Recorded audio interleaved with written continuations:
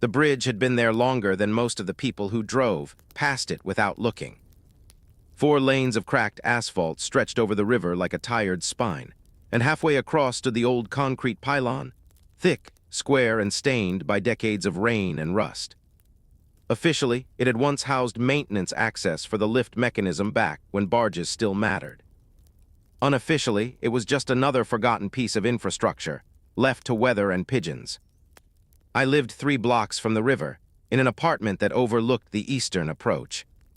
From my kitchen window, I could see the steel ribs of the bridge catching the last orange light every evening.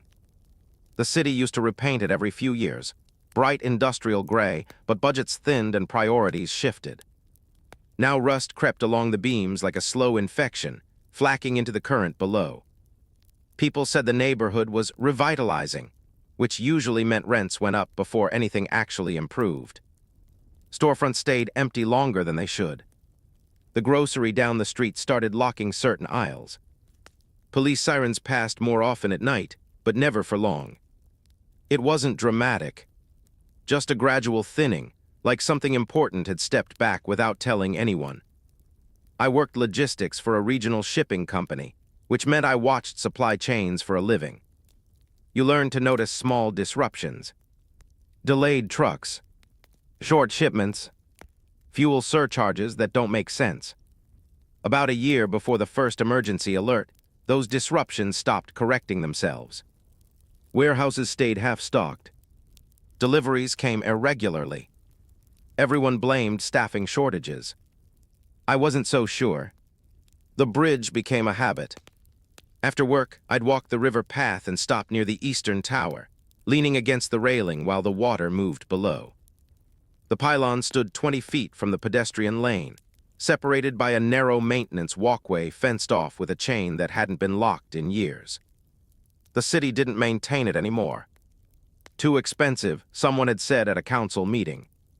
Non-essential structures are the safest kind. No one checks them.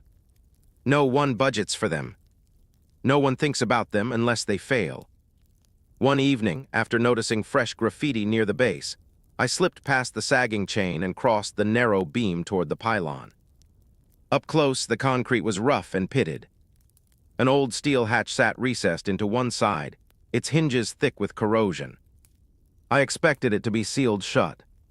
It was. It opened with a reluctant groan, revealing a vertical maintenance shaft lined with ladder rungs bolted directly into the interior wall. I didn't climb down that night. I just stood there, looking into the dark hollow where river air drifted upward in a cool current. The space smelled dry, not moldy like most abandoned places. The river's movement created a steady, low vibration through the structure, almost comforting.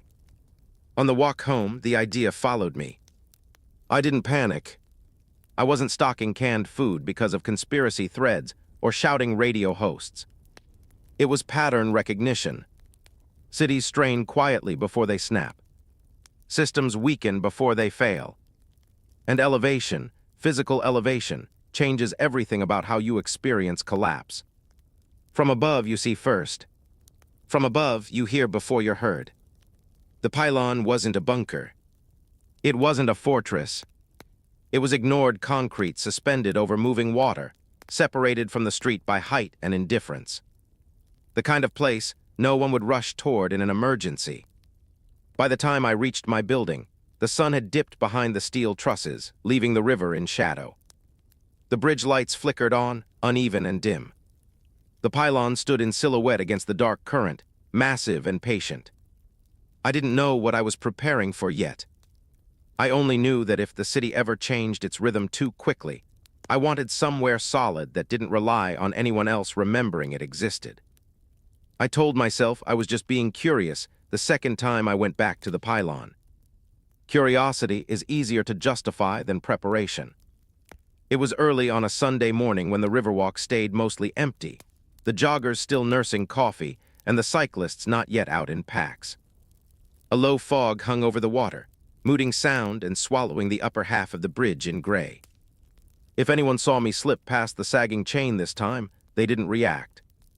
The hatch opened easier than before, as if the hinge had accepted movement again. I crouched and stepped inside, gripping the cold steel rung and lowering myself into the shaft. The temperature shifted immediately, cooler but stable. Concrete holds memory. The air smelled faintly mineral, not stagnant. 10 feet down, my boots touched a narrow platform that wrapped around the interior wall. The shaft continued below, but this level opened into a horizontal cavity carved into the body of the pylon. It wasn't large, maybe 12 feet across, rounded slightly by the thickness of the poured concrete. The old mechanical housing had been stripped years ago, leaving only anchor bolts and the skeleton of a rusted bracket embedded in the wall. No wiring, no panels, just hollow infrastructure. I stood still for a full minute and listened. The river's movement vibrated through the concrete in a low, constant hum. Not loud enough to irritate. Just a present. It masked smaller sounds, footsteps above, distant traffic, the creak of metal cooling in the morning air. That mattered.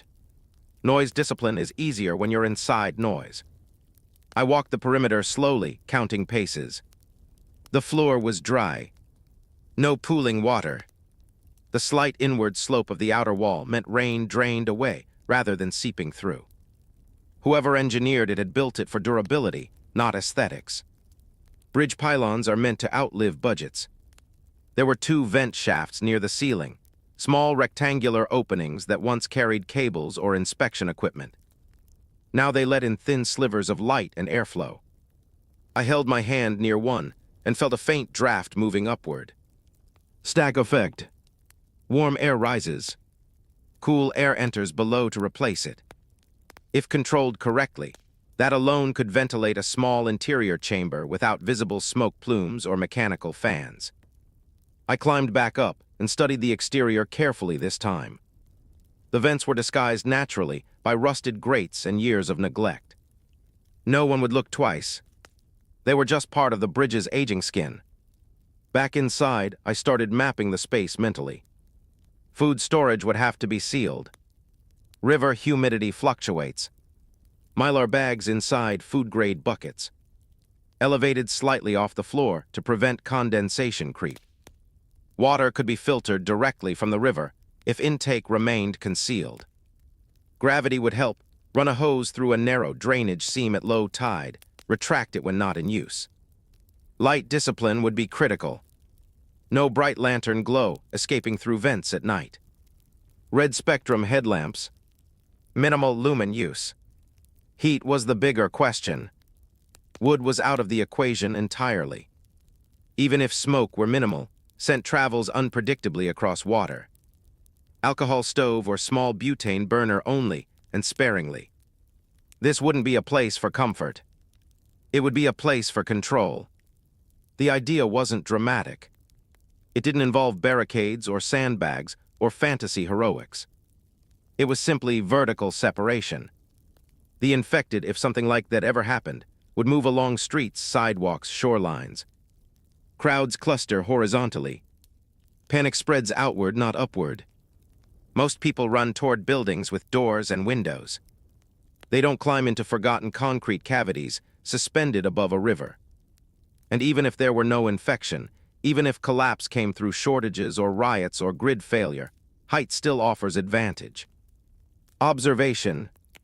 Distance. Time. Time is the most valuable resource in any emergency.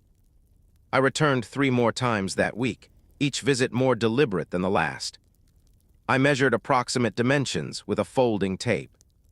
Checked structural seams for cracks. Studied the ladder for corrosion weakness. It held my weight without complaint. I didn't bring supplies yet. First, I needed to confirm one thing: invisibility. On the 4th visit, I waited until late evening and remained inside the cavity for over an hour. I moved slowly, shifted weight deliberately, tapped the interior wall lightly with my knuckles. Outside, pedestrians crossed the bridge above without pause. No one hesitated. No one peered over the railing. From the outside, the pylon was just another aging support column in a city full of them. That was the moment the idea stopped being curious. It became a project, not because I was afraid, but because once you see a stable, ignored structure with vertical advantage and independent airflow, you don't unsee it. And if the city ever changed its rhythm too quickly, I wanted to be somewhere that didn't depend on anyone remembering to keep it running. I didn't start hauling supplies into the Pylon all at once. That would have been visible, even if no one understood what they were looking at. Instead, I moved like someone with a hobby. A small backpack at first, then a larger duffel. Never the same route 2 days in a row. I timed my visits with river traffic or late-night freight trains that rattled the bridge hard enough to blur smaller sounds. The river was my cover. The city's neglect was my camouflage. The first thing I brought down was a folding camp stool and a battery lantern with a red light option. Not because I needed comfort, but because standing for hours while studying airflow patterns wasn't efficient. The lantern stayed dim, pointed at the floor, never toward the vents. I cleaned the cavity thoroughly before adding anything permanent. Not obsessively, just methodically. Swept dust into heavy contractor bags. Scraped loose rust flakes from old bolts. Checked the seams where concrete met steel reinforcements. I wanted to understand every inch before trusting it. Next came insulation panels. Rigid foam board, cut into sections that could fit inside a hiking pack if you trimmed the corners carefully. I lined the interior wall opposite the vents first, securing each panel with removable adhesive strips rather than drilling into the concrete. Drilling makes noise. It also leaves evidence. The insulation wasn't for warmth alone. It was for moisture control. Concrete breathes. When temperature shifts, condensation forms on cold surfaces. Foam would slow that transfer and reduce interior dampness. Mold is quiet but lethal in enclosed spaces. Food storage came next, slowly in layers. Food-grade buckets with gamma-seal lids. Inside them, Mylar bags filled with rice, lentils, oats, dehydrated vegetables. Calorie-dense, shelf-stable, predictable. Each bucket was labeled with a grease pencil, dates coded instead of written plainly. If someone ever found the space, I didn't want it reading like a prepper's pantry. Water was simpler and more complicated at the same time. I carried in 2 sealed jugs first, temporary supply. Then I tested a collapsible intake hose at night, lowering it discreetly along a drainage seam until it reached the river. The sound of flowing water masked any minor splash. I attached a gravity-fed filtration unit inside, secured with carabiners to an interior anchor bolt. I never left the hose deployed. After each test, I wiped it dry, coiled it tightly, and stored it inside a sealed bin. No line hanging over the edge. No visible anomaly. Every action followed one rule. If I could see it from 10 feet away, it was wrong. The ladder received special attention. I cleaned each rung with a wire brush and applied a thin coat of clear rust inhibitor, matte, not glossy. Gloss reflects light. Reflection draws attention. Lighting remained minimal. I added a small LED strip powered by rechargeable batteries, mounted low along the floor. It cast enough illumination to move safely, without projecting outward through the vents. Headlamp for precision work only. The alcohol stove was introduced last. Compact, blue flame, nearly smokeless. I tested it during a windy afternoon when gusts howled through the bridge framework, masking any faint scent of combustion. The heat signature inside the cavity rose slowly but predictably. I monitored the vents closely. No visible distortion from outside. No smoke ribbon betraying the location. I installed a compact carbon monoxide detector anyway. Elevation doesn't prevent mistakes. Trips became routine. 2 or 3 per week. Never consecutive nights. I varied the time. Sometimes dawn. Sometimes near midnight. Sometimes mid-afternoon during heavy traffic. Consistency is a pattern. Pattern is vulnerability. As supplies accumulated, the space transformed subtly. Not into a bunker. Not into a fortress. Just into a controlled environment. A narrow sleeping mat rolled against the insulated wall.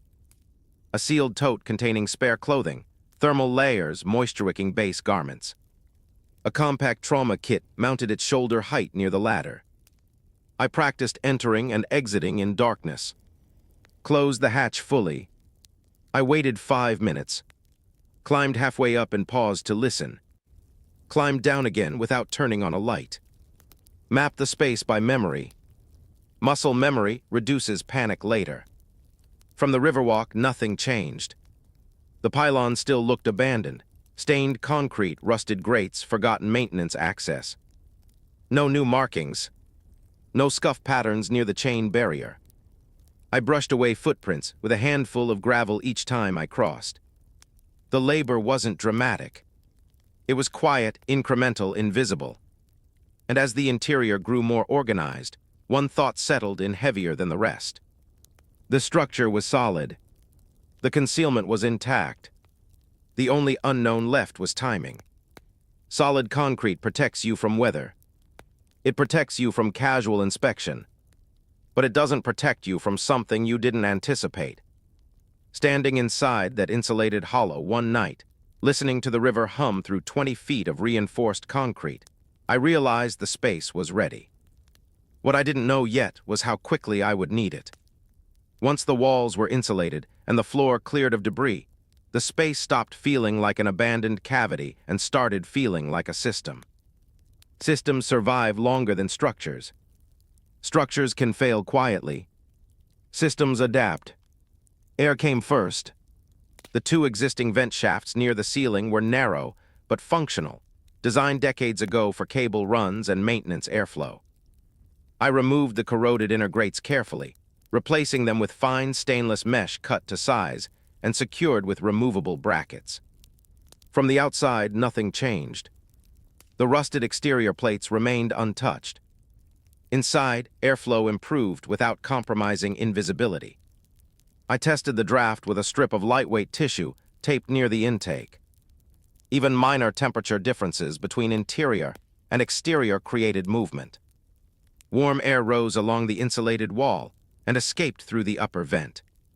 Cooler river air entered through the lower seam near the ladder shaft. Passive circulation. No fan noise. No electrical dependency. Still, airflow without control becomes vulnerable. I built a simple sliding baffle system using thin aluminum sheets mounted behind the interior vents. In case of fire nearby, heavy smoke, or suspicious activity outside, I could restrict intake within seconds. I practiced the motion repeatedly until I could close both dampers in darkness without hesitation. Water required precision. River water is abundant but unreliable. Seasonal shifts bring debris, algae, and chemical runoff from upstream industry. I installed a concealed intake point below the visible concrete edge, using a weighted stainless filter head that could be lowered quietly and retrieved without scraping metal on concrete. The intake hose ran through an existing drainage, seam no wider than a thumb. Inside, the hose connected to a gravity filtration tower secured to a support bracket. Ceramic primary filter. Carbon secondary.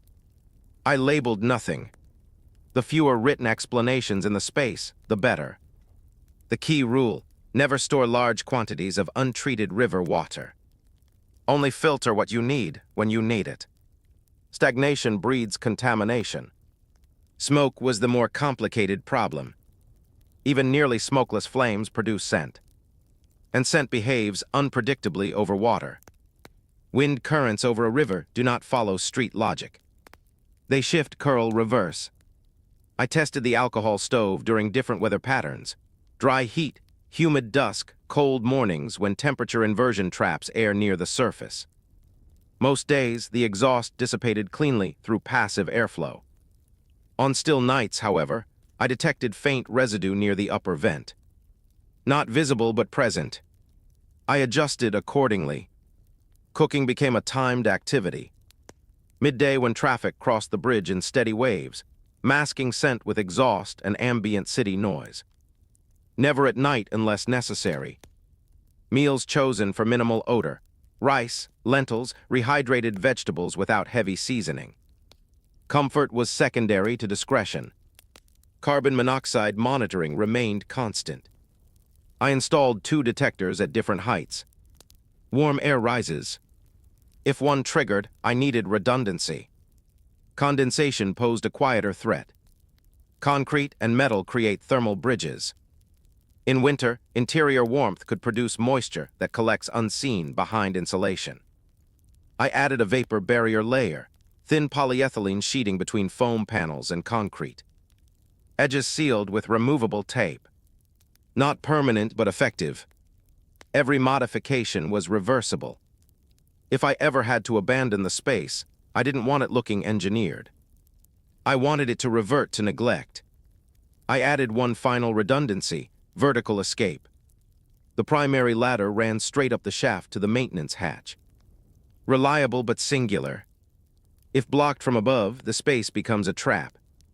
I installed a compact rope ladder secured to a secondary anchor bolt on the opposite side of the cavity, leading to a narrower inspection channel that surfaced 20 feet downriver along the beam structure. Access required crawling and awkward movement, but it provided an alternative. Elevation is safe only if exit exists. By the time I finished refining airflow, water intake, and heat control, the pylon no longer felt experimental. It felt calculated. Controlled variables. Known risks. Managed vulnerabilities. Standing inside, the lantern dimmed to its lowest red glow. I could hear the river pressing against the base below and the faint vibration of traffic overhead. The city continued its rhythm, without noticing the system suspended inside one of its forgotten supports. Everything was prepared. Ventilation responsive. Water accessible. Heat controlled. Exits mapped. The space could sustain me quietly for weeks without external power, without visible light, without smoke betraying occupancy. I closed the hatch one final time after a late inspection and paused at the top of the ladder. The system was ready. What unsettled me wasn't doubt about the design. It was the growing certainty that I hadn't built it too early. The alert came on a Thursday night just after 9. I remember the exact time because I had been rinsing a coffee mug when every screen in the apartment flickered at once.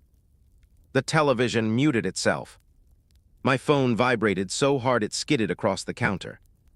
A sharp, mechanical tone filled the room, 2 notes repeating, clinical and uncomfortably loud. The message scrolled in flat white text against a red banner. An unknown biological incident had been reported within the city limits. Citizens were instructed to remain indoors, avoid public areas, and limit contact with anyone displaying erratic behavior. Further guidance would follow. The wording was careful. Too careful. I turned up the volume on the television just as the local news cut in. The anchor's expression was composed, but her eyes kept shifting off camera as if someone was feeding her updated instructions through an earpiece. Behind her, grainy footage played, police lights reflecting off storefront glass, paramedics moving quickly but without the usual choreography. Officials are responding to multiple incidents involving sudden aggressive behavior, she said, choosing each word like it might detonate if handled poorly. Authorities stress that this is a developing situation. Developing. That word does a lot of work when nothing is under control. I stepped to the window. From my 3rd-floor apartment, I could see the eastern span of the bridge and the river beyond it. Traffic still moved, but slower. Brake lights clustered where they normally flowed. A siren rose somewhere west of the river, then another. Not isolated. Layered. My phone buzzed again. Social media notifications flooded in faster than I could scroll. Short videos, shaky, vertical, poorly framed. A man lunged at someone outside a convenience store. 2 figures wrestling in the street, while bystanders backed away instead of intervening. In one clip, a woman stood perfectly still while someone screamed inches from her face, as if processing instructions had become optional. I muted the phone and listened. Sirens continued, but now I could hear something else from the street below, raised voices. Not a crowd. Small clusters of confusion. A car door slammed hard enough to echo. Then the sound of someone running. Panic spreads horizontally first. I watched 3 neighbors exit the building across from mine within 10 minutes of the alert. One carried a suitcase. Another clutched a plastic grocery bag so tightly it tore at the handles. They argued briefly on the sidewalk, gesturing in opposite directions, then climbed into a sedan and drove toward the bridge. Toward the city center. The news anchor repeated the instruction to shelter in place. No mention of military deployment. No curfew yet. Just caution. Supply chains fail faster than law enforcement can adapt. I knew that from work. If this incident disrupted distribution hubs or transit corridors even briefly, stores would empty in days. And when stores are empty, people move. Movement creates congestion. Congestion creates vulnerability. I checked my pantry without thinking. Enough for a week, maybe 10 days if rationed carefully. Water for less. It wasn't about fear. It was about pattern recognition. Another siren passed closer this time. I leaned out the window slightly and saw flashing lights reflecting off the steel trusses of the bridge. Traffic stalled completely for a moment, then crawled again. A second emergency alert interrupted the broadcast 20 minutes later. Mandatory curfew effective immediately. All non-essential travel prohibited. Citizens advised to remain indoors until further notice. Curfew within an hour of the first alert meant escalation. The camera cut briefly to an overhead helicopter shot near the downtown corridor. I caught a glimpse of something that didn't match normal riot footage.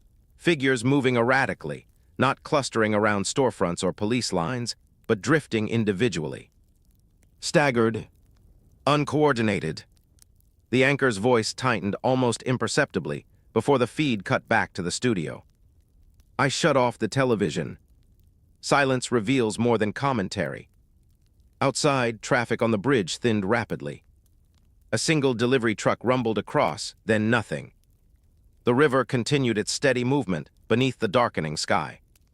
The pylon stood motionless at the center of the span, unchanged.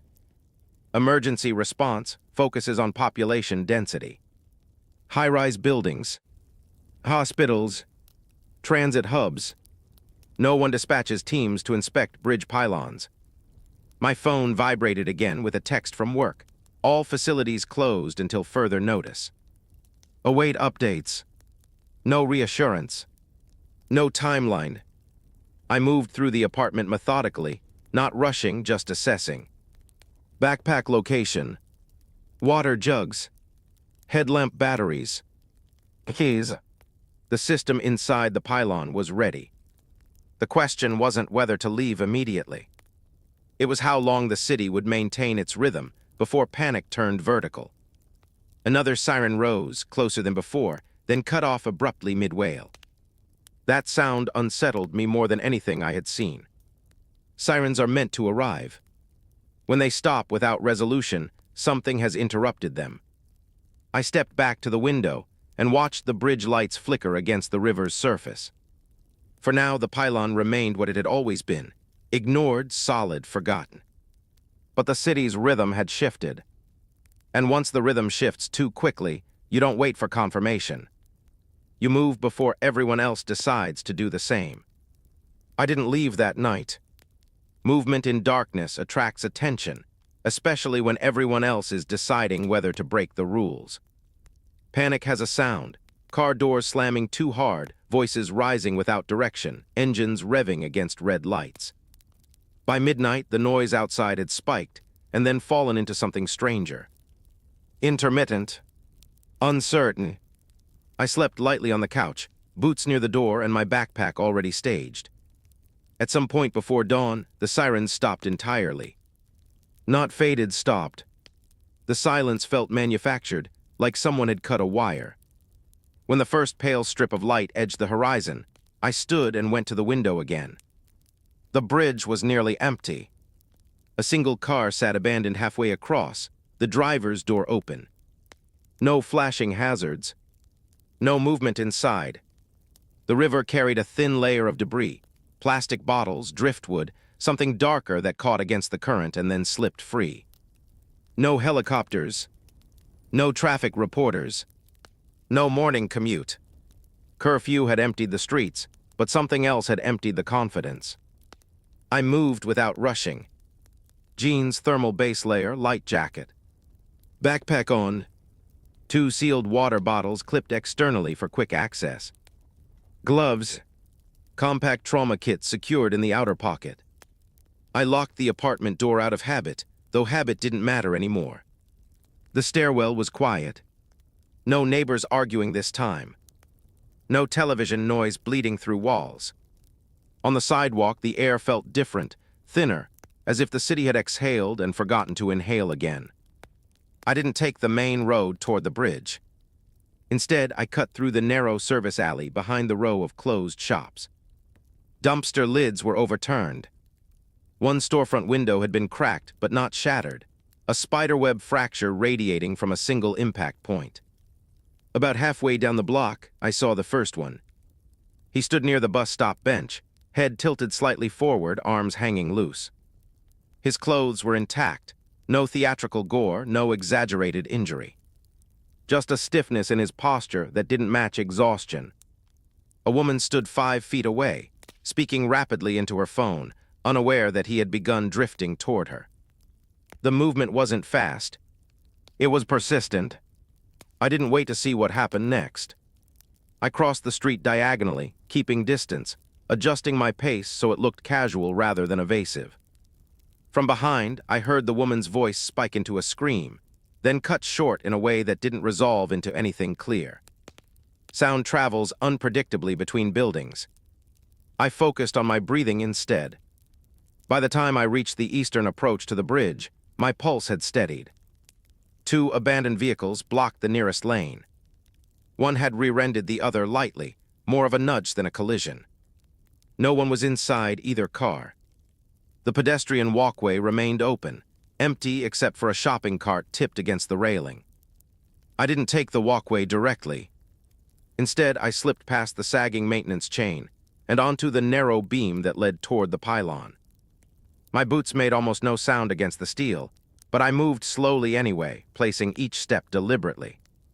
The river's low hum masked what little noise I made.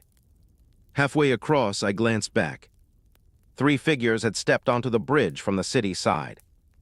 They moved independently of one another, not as a group. No shouting, no visible coordination, just drifting in the general direction of movement. Toward the center span. Toward me. Elevation is safe only if distance is maintained. I reached the pylon and pulled the hatch open without hesitation. It groaned slightly, louder than I preferred, but traffic noise used to cover that sound. Today there was no traffic. Still, the river vibrated against the concrete below, dulling the echo. I slipped inside and closed the hatch carefully, lowering it until it met the frame without a slam. The shaft swallowed outside light quickly as I descended the ladder. 10 feet down, I paused and listened. Bootsteps on steel above. Slow, uncertain, not purposeful enough to suggest someone searching for shelter. Just movement following movement. I continued down to the cavity and stepped onto the platform, letting the darkness settle around me before switching on the red lantern at its lowest setting. The space looked exactly as I had left it. Insulation panels intact. Buckets aligned. Intake hose coiled and sealed. Nothing disturbed. Above, something scraped lightly across the hatch. Metal on metal.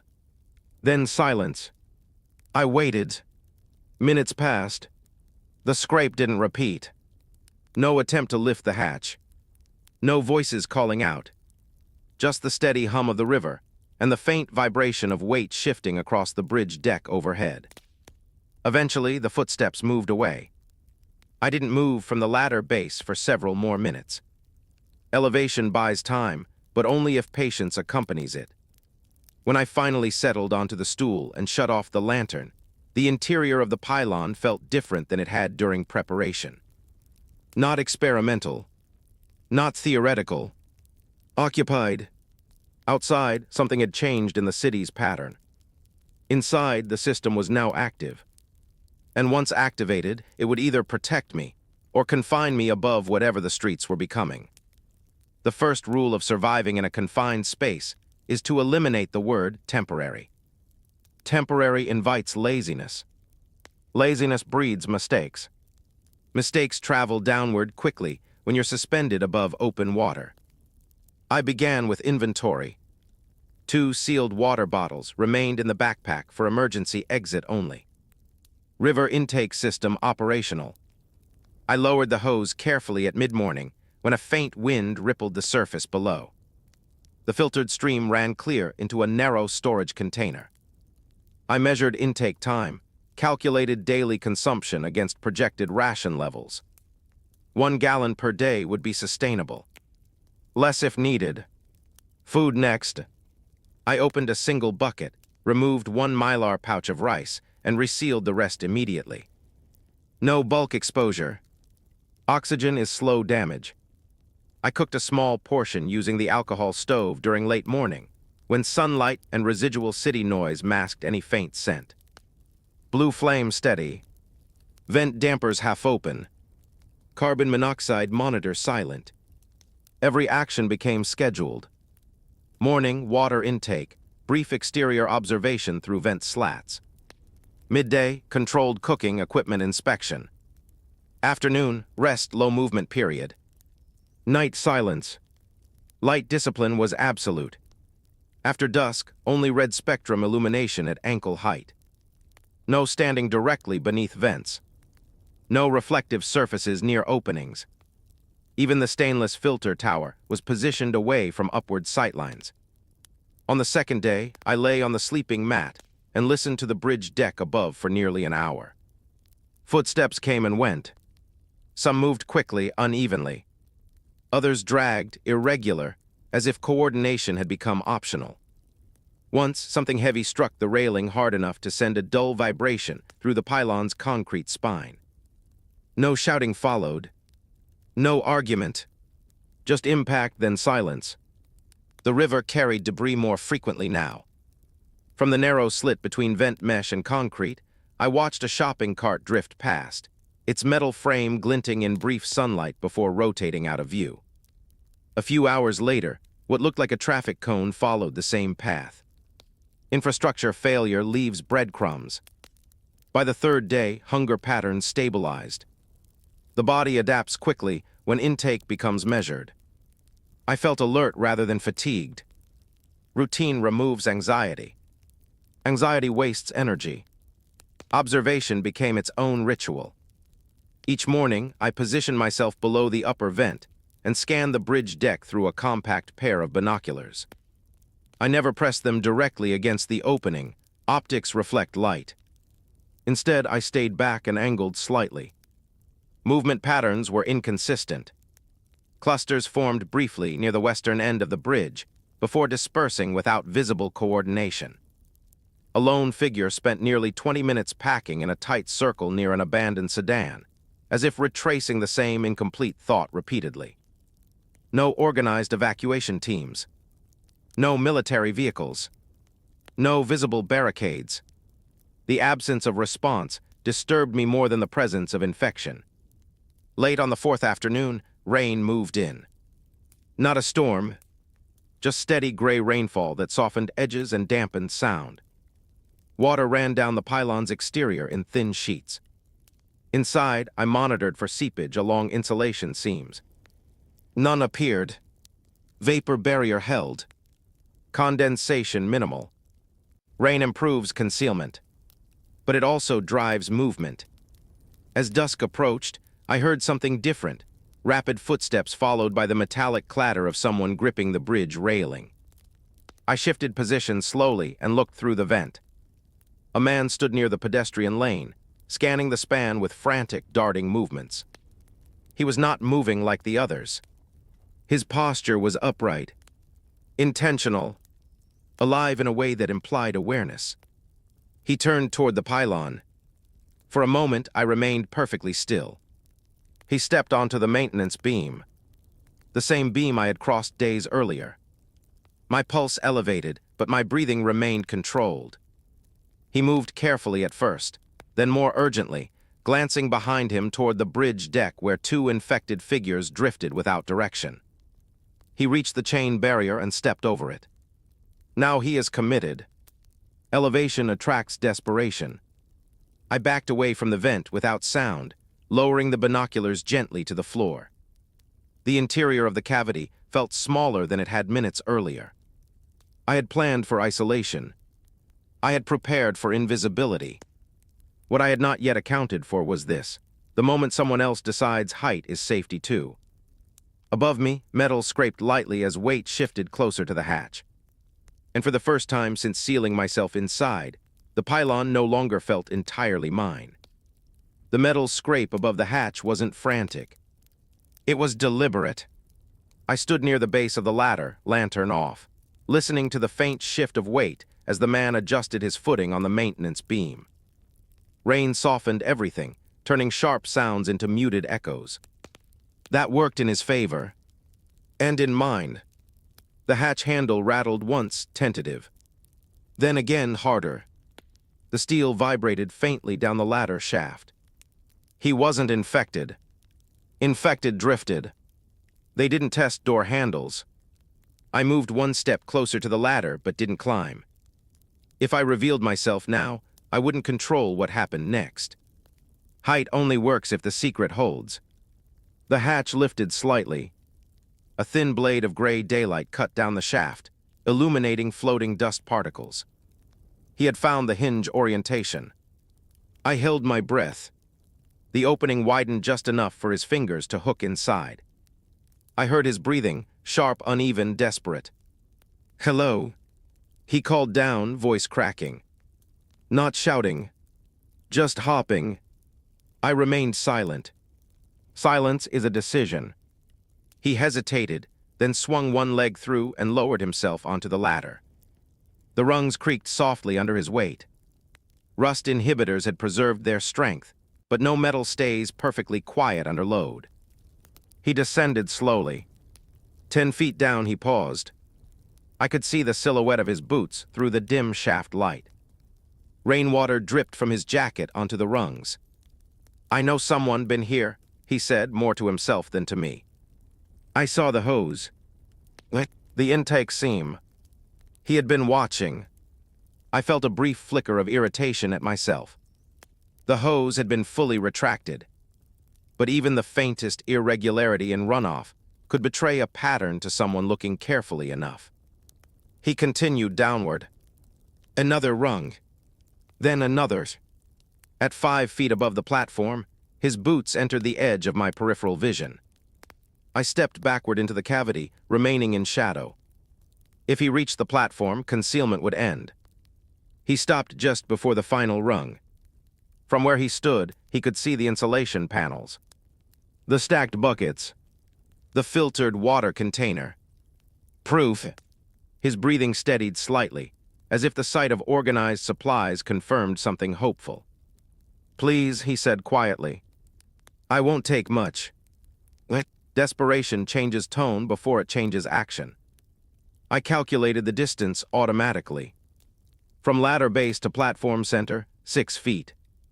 From platform center to secondary rope ladder, 4. Alcohol stove positioned against insulated wall. Trauma kit mounted within reach. He shifted his weight again, preparing to step down. Then the sound changed. Above us on the bridge deck, something struck metal violently, an abrupt collision that sent a shock through the ladder shaft.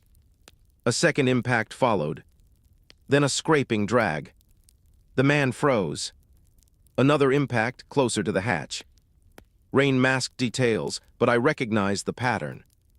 Uncoordinated force. Weight without balance. The infected had reached the hatch area. The man's breathing accelerated instantly. He looked upward, calculating the distance back to the opening. Too exposed to climb quickly. Too narrow for 2 bodies at once if something fell inward. "Damn it," he whispered. The hatch slammed partially shut above him, either from wind shift or outside contact. Darkness swallowed the shaft. For a second, neither of us moved. Then a hand appeared at the top of the ladder, fingers pale, gripping steel without coordination. The infected had found the opening. The man panicked. He dropped the last 2 feet onto the platform, nearly losing balance as he landed. His shoulder struck the insulated wall with a dull thud. Noise travels downward faster than upward. The infected hand clawed blindly along the shaft above. The man spun toward the cavity interior, eyes adjusting to darkness, trying to locate me. "I didn't know," he said quickly. "I thought it was empty." What? He stepped backward instinctively toward the rope ladder channel. A mistake. The infected body above shifted fully into the shaft. One leg slipped through the hatch opening. The ladder rattled violently as dead weight began descending without control. The shaft was too narrow for safe passage now. The man looked from the ladder to the rope channel and back again, the calculation collapsing under fear. "Help me," he said. I still hadn't spoken. The infected slipped further, torso entering the shaft fully, movements erratic but driven by gravity as much as intent. The man made his choice. He lunged for the rope ladder instead of climbing back up. His foot missed the narrow ledge. For half a second, he hovered in imbalance. Then gravity decided. He fell backward into the inspection channel opening, striking metal as he dropped. The sound was brief, sharp, final. The infected lost its grip simultaneously and tumbled downward, crashing against the ladder rungs before falling past the platform edge and into the deeper lower shaft. The noise echoed violently through the pylon. Then silence returned. Rain continued above. The shaft was empty again. I remained motionless for a long time. Eventually, I stepped forward and secured the hatch from below with the internal brace I had installed but never used. Height had protected me. Silence had protected me. But the pylon was no longer invisible. Someone else had seen what I had built. And desperation climbs. The smell reached me before the light did. Not smoke exactly, more like heated oil and wet metal. A sharp chemical edge that didn't belong to rain or river. I was checking water intake pressure when a flicker of orange reflected faintly against the insulation panel near the vent. At first, I thought it was sunset catching through the mesh. But sunset doesn't pulse. I moved slowly toward the upper vent and angled my head just enough to see outside. A small recreational boat drifted beneath the bridge span, wedged temporarily against one of the lower support beams. Flames crawled along its stern, licking at peeling fiberglass. Black smoke rose unevenly, thickening as the fire found fuel. No one on board. The current held the vessel in place just long enough for the fire to build. Smoke behaves unpredictably over water. It doesn't simply rise and disperse. It folds, catches crosswinds, sinks unexpectedly when heat drops. The pylon stood directly above the boat's stalled position. The vents were open. I moved immediately. Both interior dampers slid closed in one motion. Airflow reduced to a minimal slit. The carbon monoxide detector remained silent for now, but oxygen exchange dropped noticeably. The interior temperature began to shift. Outside, the flames intensified. A sudden pop echoed through the concrete, likely a fuel tank or compressed canister igniting. The boat lurched free from the beam and rotated slowly, still burning, drifting closer to the pylon's base. Heat rises vertically. Concrete absorbs it slowly. I felt the faintest warmth through the insulated wall nearest the river's side. Not dangerous yet, but measurable. I shut off the lantern entirely. Darkness helps regulate internal heat perception. The smoke plume thickened, now a dense column rolling upward along the pylon's exterior. If enough entered through microgaps around the vent mesh, the interior air could degrade quickly. I checked the secondary seam near the ladder shaft, still sealed. Another pop. Louder. The hull partially collapsed inward, sending a burst of embers upward. For a moment, sparks drifted high enough to reach the lower steel framework of the bridge. Fire attracts attention. If anyone else remained nearby, infected or living, they would be drawn by light. I calculated options. Keep vents closed and risk oxygen depletion. Open partially and risk smoke infiltration. Or adjust position entirely. The rope ladder channel offered a narrower vertical column with slightly offset airflow. If smoke entered primary vents heavily, the inspection channel might remain clearer due to wind angle. I positioned myself halfway between the main cavity and the rope opening, monitoring both carbon monoxide detectors. The first beep came faint and brief, a warning threshold not critical. I reopened the upper damper 1 inch. Air shifted immediately, cooler but tinged with smoke. I lowered the damper again and adjusted the lower intake seam slightly to encourage controlled circulation from beneath rather than directly above the flame. It became a balancing act, measuring airflow by scent and detector response. Minutes stretched. The boat continued drifting slowly, flames weakening as fuel exhausted.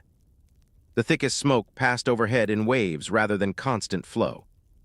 Each time the plume shifted away, I cracked the upper vent briefly to refresh interior air before sealing it again when smoke returned. The interior grew warmer regardless. Concrete radiates absorbed heat inward gradually. Insulation slowed the transfer, but could not eliminate it entirely. Sweat formed at my collar despite minimal movement. I conserved oxygen by minimizing breath depth. Slow inhalations, controlled exhalations. Eventually, the fire began to collapse inward on itself. The hull cracked audibly, then settled lower into the river. Flames diminished to intermittent bursts before fatting into glowing embers. Smoke thinned from black to gray. I reopened the dampers gradually, restoring passive airflow. Cool river air filtered in again. The carbon monoxide detector silenced fully. But the crisis wasn't finished. Charred debris drifted downstream, some catching temporarily against the pylon's lower concrete edge. If enough accumulated near the intake seam, water filtration could clog or expose the hose. I would need to inspect it. Outside exposure during daylight was risky, but waiting until night might allow debris to harden or sink unpredictably. I gathered gloves and secured the rope harness around my waist. Before climbing, I paused and listened. No shouting, no coordinated movement. Only the river carrying the last of the smoke away. Fire had tested the system. Ventilation responded. Insulation held. But survival above the dead was never just about avoiding what walks. Sometimes it's about avoiding what burns. I waited until full dark before moving. Not because I preferred the cover of night, but because daylight reveals angles you can't predict. Reflections on wet concrete, glints off metal, the smallest irregular shadow where there shouldn't be one. At night, everything is already uncertain. The river carried the last charred fragments of the burned boat slowly downstream, but I had watched enough debris collect near the pylon's base to know I couldn't leave the intake unchecked. If the hose clogged or tore, water independence would collapse quietly. And quiet failures are the most dangerous. I secured the rope harness around my waist and anchored it to the primary bolt near the cavity wall. Gloves on, headlamp off. Only a faint red glow from the interior lantern, dimmed to almost nothing. The rope ladder channel was tighter than the main shaft, barely shoulder width at points. I moved sideways, boots feeling for footholds along the narrow inspection ledges, until I reached the lower exit seam 20 feet downriver from the main hatch. The exterior air hit colder than expected. Rain had stopped, but moisture clung to steel surfaces. The bridge framework above creaked faintly with temperature shift. I kept my movements slow and deliberate, lowering myself onto the maintenance beam that ran parallel to the river current. Below, the intake seam was partially obscured by blackened debris, fiberglass shards, and warped metal fragments that had snagged against the concrete lip. The hose itself remained concealed, but any additional buildup could expose it or alter flow. I crouched carefully and began clearing debris by hand. No splashing, no dropped pieces, each fragment placed gently into a small canvas sack clipped to my belt. The river's current masked minor sounds, but metal scraping against concrete would carry upward through the pylon. Halfway through clearing, I heard movement behind me. Not from above. From the bridge deck. A slow, uneven footstep pattern crossing steel grating. I froze without lifting my head. Peripheral vision is survival's quiet advantage. A shadow shifted across the beam's edge as something moved along the pedestrian walkway overhead. Then another shadow joined it. Two figures, judging by the overlapping movement patterns. I stayed crouched, hands resting against the concrete lip. The figures paused directly above my position. Water dripped steadily from the beam, masking a subtle sound. I kept my breathing shallow, controlled. One of the figures leaned over the railing. A hand appeared briefly against the night sky, pale, unsteady, gripping steel. Then a low, guttural exhale drifted downward. Infected, drawn perhaps by residual smoke scent or simple wandering pattern. If either climbed onto the maintenance beam, I would have limited retreat options. The rope ladder channel behind me required upright access. On the narrow beam, balance favored the unthinking. The hand slipped from the railing. Footsteps resumed. Slow, dragging, the shadows moved away. I counted to 60 before resuming work. Clearing the final debris required shifting closer to the pylon's outer curve. My boot slid slightly on damp steel, and for a split second my weight shifted dangerously toward the river. The harness tightened instantly, preventing full imbalance. Elevation forgives nothing. I steadied myself and secured the last of the fragments into the sack. The intake seam was clear again. Hose intact. No visible damage. Before climbing back toward the inspection channel, I scanned the bridge deck one final time. Empty.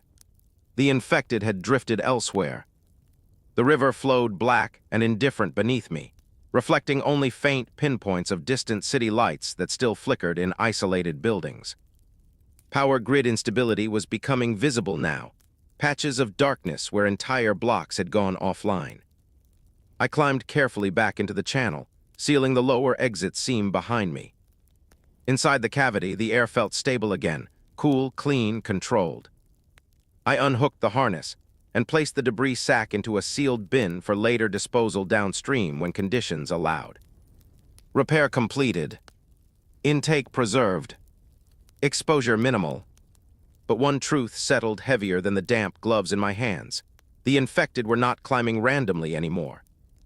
They were drifting toward disturbances, toward smoke, toward sound, toward anything that breaks the pattern. Staying above the dead meant more than hiding. It meant never becoming the loudest thing in the dark. It happened just after midday, when the river glare usually makes observation difficult. I was scanning the western shoreline through the offset vent slit, keeping the binoculars angled to avoid reflection, when something caught the edge of my vision. A brief, sharp glint, too focused to be sunlight alone. I lowered the binoculars and waited. Glare on water repeats. Glare from glass hesitates. 10 seconds later, it appeared again, precise, rectangular, coming from the rooftop of an office building across the river. 4th floor, maybe 5th. The upper windows had long ago lost their tint from sun exposure, leaving dull panes that rarely reflected sharply unless something behind them shifted. The flash wasn't random. It tracked slightly before disappearing. Someone was looking through the optics. I adjusted my position carefully, moving backward from the vent before raising the binoculars again. This time I scanned indirectly, first the adjacent rooftops, then gradually narrowing toward the building. On the second sweep, I saw it clearly. A faint silhouette just inside the window line. Not infected. Upright posture. Still. The glint came from metal, likely binocular housing or a scope catching light at the wrong angle. They were watching the bridge. Specifically the center span.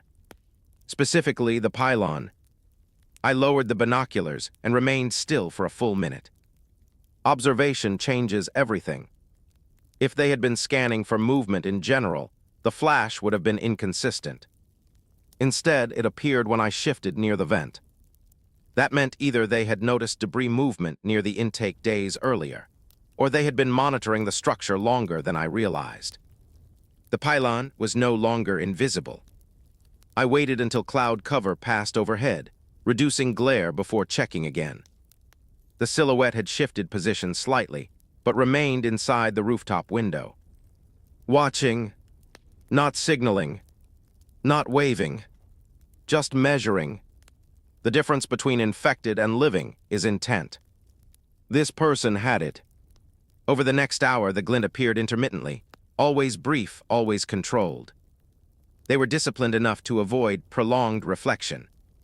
That suggested experience, not a random survivor panic. Possibly someone with prior training. The building they occupied overlooked not just the bridge, but several arterial roads leading into the downtown corridor. Elevated vantage.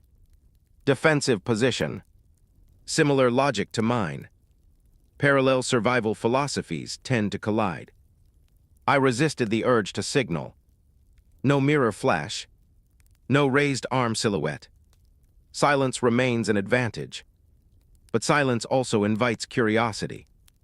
If they had already identified subtle irregularities, the cleared debris, the earlier boat smoke mitigation, perhaps even the fallen climber's disappearance, then my concealment was compromised regardless of acknowledgement. That evening, I reduced exterior observation time. No cooking during daylight. Vent dampers are adjusted to minimize any scent drift. I repositioned the intake hose slightly deeper into the seam to eliminate even minor surface disturbance patterns. Night fell heavy and windless. Around midnight, I heard a faint tapping against the exterior concrete. Not from above. From downstream. 3 taps. Pause. 2 taps. Pause. 3 taps again. Patterned. I did not respond. The tapping repeated once more before stopping entirely. Morse code requires shared language. Without context, any pattern is meaningless. But the intent was clear. They knew someone might be inside. Morning came with overcast skies. When I scanned the rooftop again, the silhouette was absent. Window empty. No reflection. No glint. That absence unsettled me more than the presence had. Observation is power. But when the observer withdraws, it often means planning has begun. I remained disciplined. No signaling. No visible adjustments.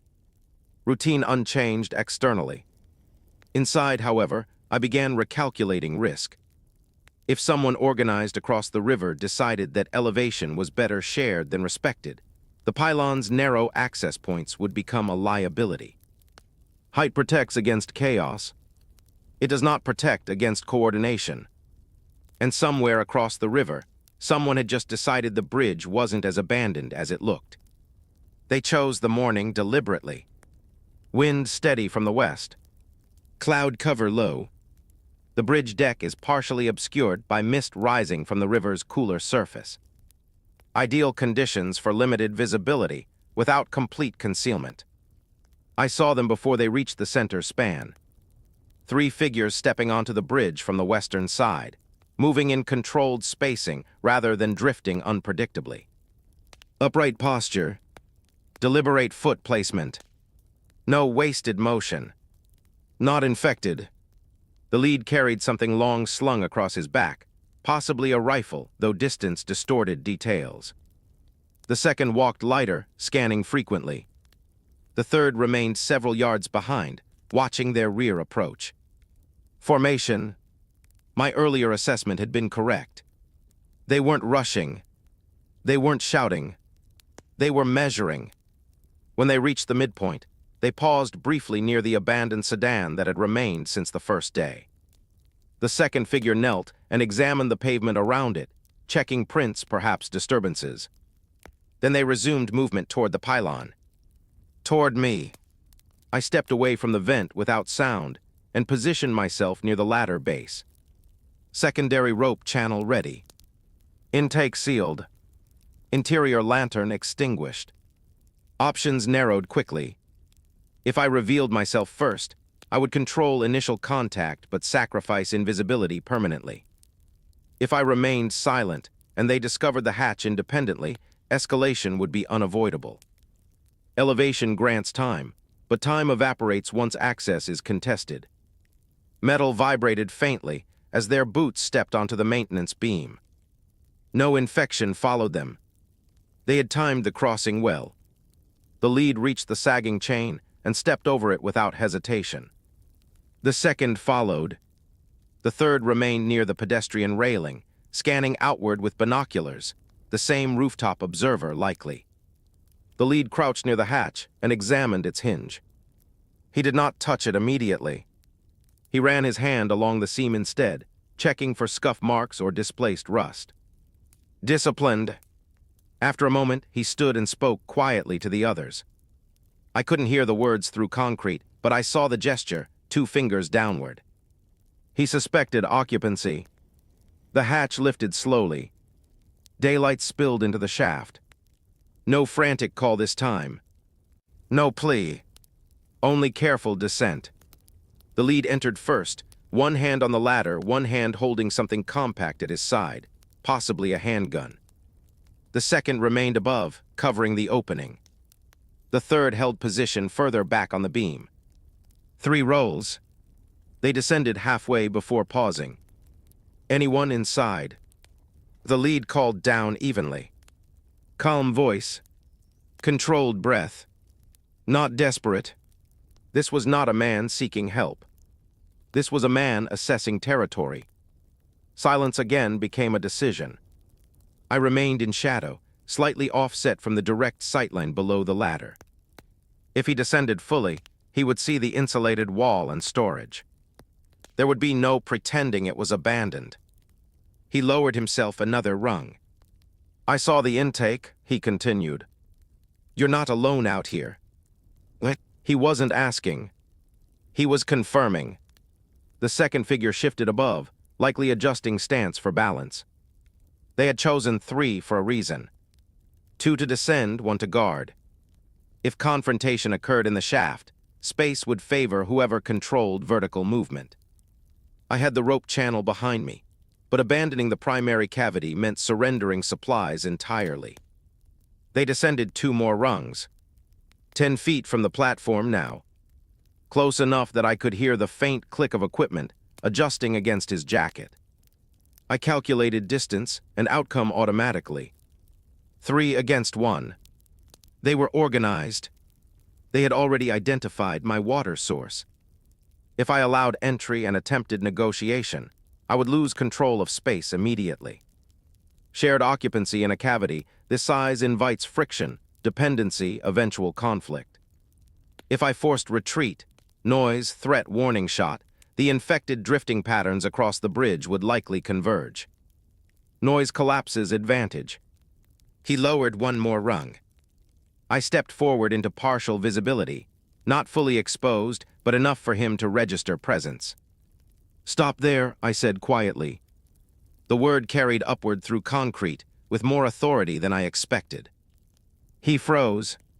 The second figure leaned slightly over the hatch opening. The third shifted on the beam. We don't want trouble, the lead said evenly. We want information. Information costs less than space. Information travels, I replied. Space doesn't. He considered that. You can't stay alone forever.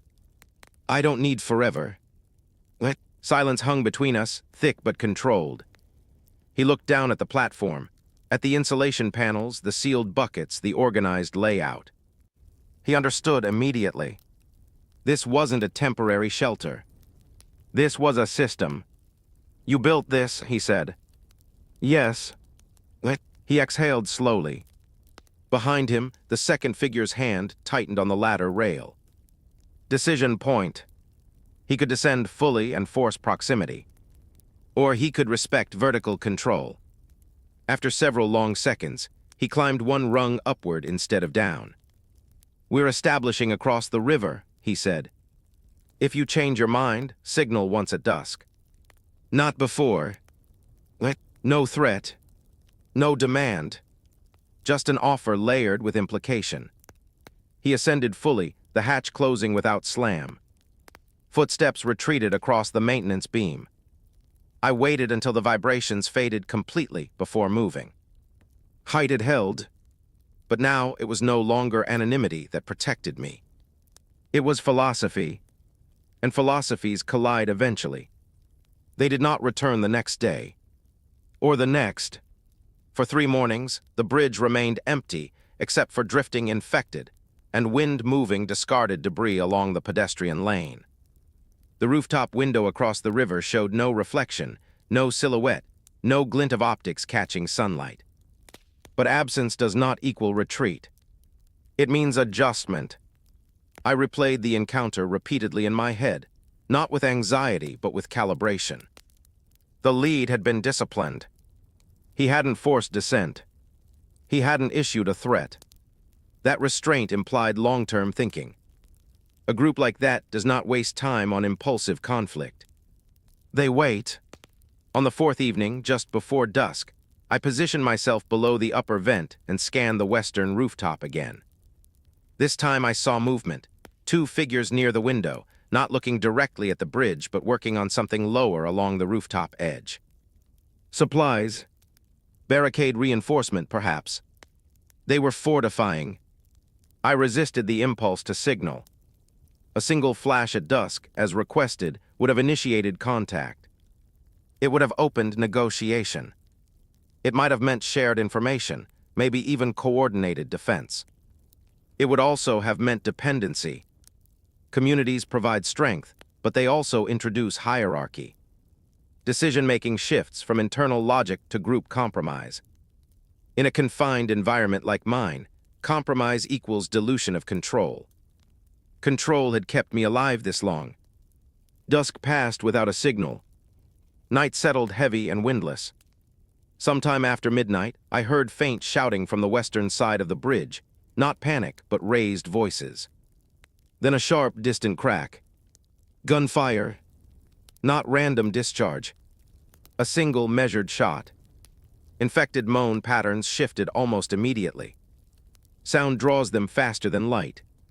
Within minutes, I heard the uneven thud of bodies colliding against railings, stumbling toward the origin of the noise. Another crack followed. Then silence. I remained still, listening. No prolonged exchange. No sustained firefight. Controlled engagement. Morning revealed the aftermath. Through the vent, I saw several infected clustered near the western bridge entrance, movements erratic but concentrated.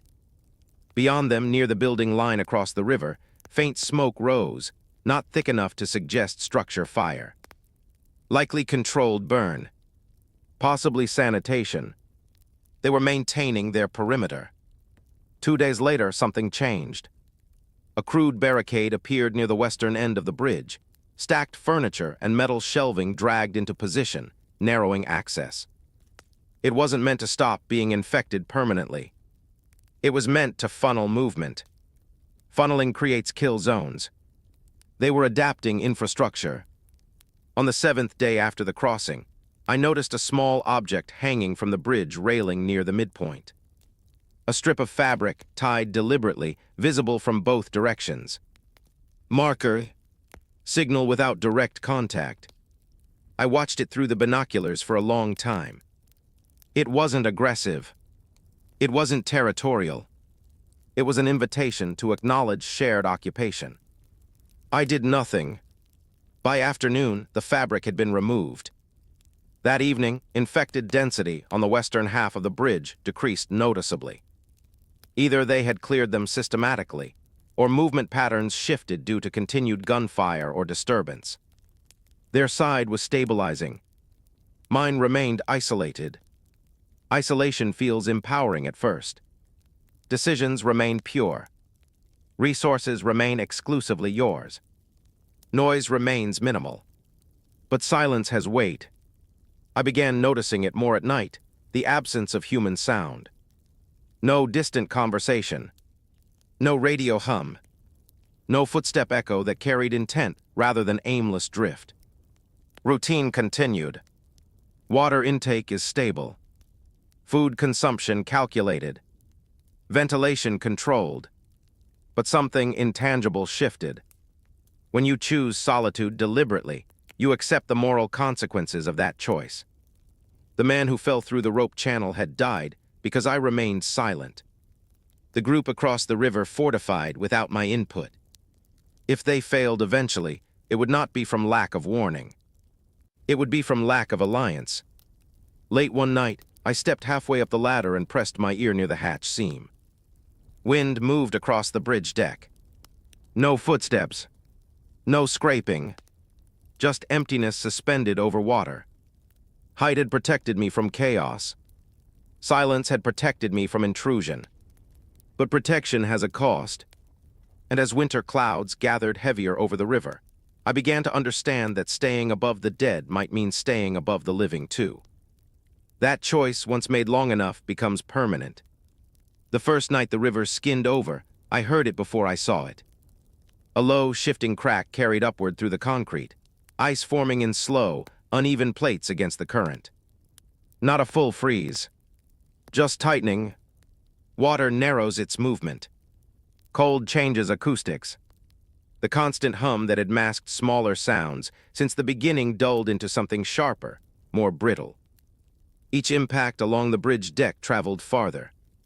Each misstep echoed longer. I adjusted immediately. Vent dampers narrowed to conserve interior warmth. Alcohol stove use is reduced to minimal duration at midday only. Breath condensed faintly near the insulated wall, reminding me that moisture management would become critical again. By the third morning, the river had slowed visibly. Sheets of ice drifted together beneath the pylon, catching against its base before breaking free. The intake seam remained usable, but I monitored it constantly. If ice formed around the lower lip, the hose could freeze solid in place. I retracted it fully and stored 2 additional filtered containers inside. Redundancy. Through the upper vent, I watched infected movement shift with the season. The wandering patterns tightened along the bridge deck itself, fewer drifting near the shoreline now that access from below had narrowed. Several figures stood unmoving for long periods near the midpoint, as if cold reduced even their limited instinct. Elevation still protected me, but ice introduces a new variable. Sound travels differently across frozen surfaces. Footsteps on thin ice cracked distinctly. If someone attempted to approach the pylon from below by crossing a partially frozen current, I would hear it, but only if I remained attentive. Across the river, the western building showed signs of further fortification. Plywood reinforced lower windows. Rooftop tarps stretched across part of the structure, likely covering stored supplies. No visible signals, since the fabric marker had been removed. They had chosen their path. I had chosen mine. One afternoon, as pale winter light angled sharply through the vents, I saw something I had not anticipated. A single infected stepped cautiously onto a wide ice plate near the shoreline and did not immediately fall through. It moved stiffly, uncertain but upright. The ice held its weight for several seconds before cracking. The body plunged halfway before submerging, then stilled. Ice alters terrain. If thick enough, it becomes a bridge. That possibility recalibrated everything. If the river froze solid, even temporarily, the pylon's vertical isolation would diminish. What once required steel beam access could be attempted from below. I began reinforcing internal escape planning again, reviewing rope ladder positioning, checking harness integrity, clearing any obstruction from the inspection channel. Preparation is not fear. It is respect for the environment. Nights grew longer. The interior routine tightened further. Movement minimized. Calories conserved. Listening intensified. On the coldest morning yet, frost lined the interior vent mesh faintly, sparkling in red lantern light. I brushed it away gently, ensuring airflow remained unobstructed. Outside, the bridge stood quieter than it had since the first alert. Infected numbers appeared reduced, either frozen in place along less sheltered corridors or drawn elsewhere by sound patterns I could not hear from this height. Silence in winter feels different. Heavier, more final. I climbed halfway up the ladder and pressed my eye near the seam again. The river moved slowly beneath thin ice plates, still alive beneath the surface. The pylon remained anchored, indifferent to season. I had built for height. I had built for invisibility. I had built for independence. Now winter tested whether those choices were resilience or isolation disguised as strength. The current below might freeze. The city might be empty. The group across the river might consolidate or collapse. But the pylon remained solid. And as long as the structure held and I held with it, I would stay above the dead. Not because it was heroic, because it was deliberate.